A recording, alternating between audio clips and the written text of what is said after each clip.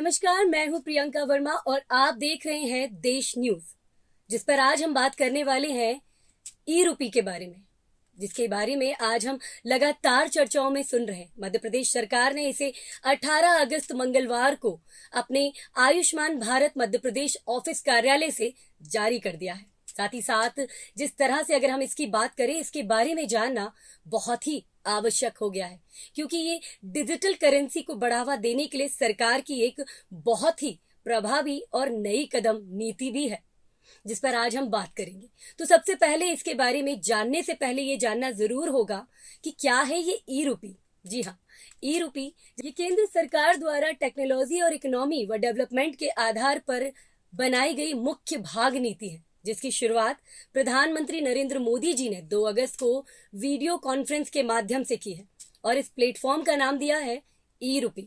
इस सिस्टम को एनपीसीआई ने अपने यूपीआई प्लेटफॉर्म पर बनाया है।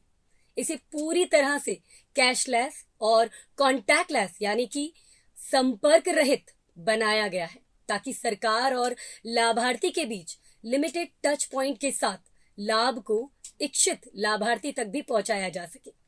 सबसे पहले इसके बारे में जानने से पहले ये जानना मुझे लगता है बहुत ही आवश्यक है कि इसकी कार्य प्रणाली क्या है, क्या कार्य करती है और किस तरह से करती है, इसके बारे में भी जानना बहुत जरूरी है। तो सबसे पहले जानते हैं इसके कार्य। तो जिस तरह से हम बात कर रहे हैं ई रूपी करेंसी की, ये देश के लिए एक डिजिटल विकासीकरण को बढ़ावा देने के लिए बनाई गई है, जिसका मुख्य कार्य अगर कहा जाए दूसरे शब्दों में, तो पहले जो मौजूदा डिजिटल पेमेंट के तरीके थे, इस मायने में ये बिल्कुल अलग है, क्योंकि ये वाउचर के रूप में उपलब्ध होंगे।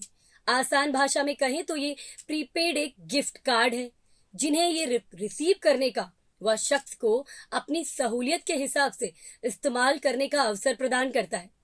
ई रूपी वाउचर जिस व्यक्ति को भेजा जाएगा, वह शख्स उस वाउचर का उपयोग सिर्फ उसी काम के लिए करेगा, जैसे कि मान लीजिए कि किसी को दवा खरीदनी है, किसी वैक्सीनेशन की शॉप पे जाना है या वैक्सीन के लिए इस्तेमाल करना है, तो ई रूपी वाउचर को जिसके फोन पर दिया जाएगा या भेजा जाएगा, वह उसका वैक्सीन लगवाने के लिए इस्तेमाल कर सकता है।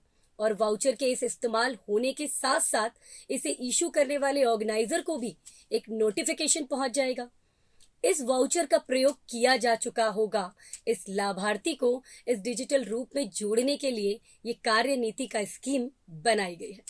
विभिन्न प्रकार की सेवाओं के लिए भी ये लीक प्रूफ डिलीवरी और सुनिश्चित करने वाली एक नीति नियम है, जिसके तहत अगर यूं कहें तो एक क्यूआर कोड या फिर एसएमएस स्ट्रिंग पर आधारित एक ई वाउचर है, जो लाभार्थियों के साथ सभी तरह का मोबाइलों पर प्राप्त किया जा सकेगा।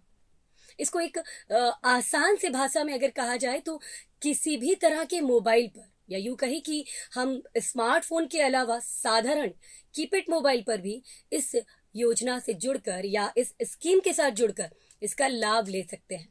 यह डिजिटल भुगतान ऐप या इंटरनेट बैंकिंग एक्सेस किए बिना इस वाउचर को भुनाने में सक्षम होगी।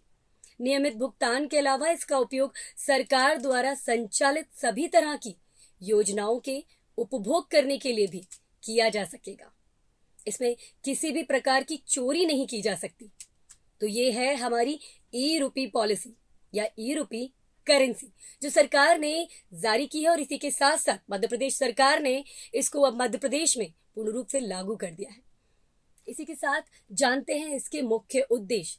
सरकार द्वारा बनाई गई इस ई रूपी पॉलिसी के उद्देश्य भी हैं, जो इस देश के विकासीकरण को मुझे लगता है कि और हम सभी के लिए एक आधारभूत योजना बनके साबित भी होंगे।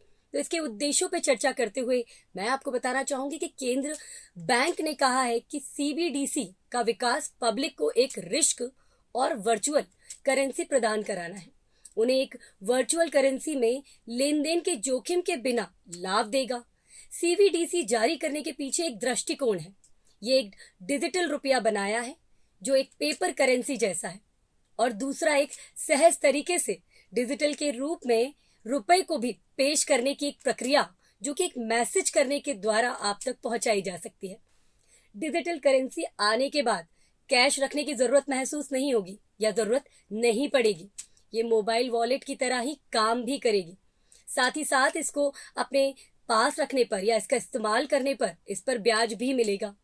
डिजिटल करेंसी को मोबाइल वॉलेट या अकाउंट में भी रखा जा सकता है। साथ ही साथ इसके इस्तेमाल से पेपर करेंसी के उपयोग में भी कमी आएगी। इसे बिना इंटरनेट के इस्तेमाल किया जा सकेगा। और इसका सबसे बड़ा फायदा अगर इस बात पे कहा जाए तो सबसे बड़ी बात कि ये बिल्कुल बिना किसी चोरी और बिना किसी नुकसान के सरकार के साथ आपका संपर्क सीधा साथ देती है और जिस तरह से सरकार की बनाई हुई नीतियों का आपको सीधा उपभोग कराने का अवसर भी प्रदान करती है।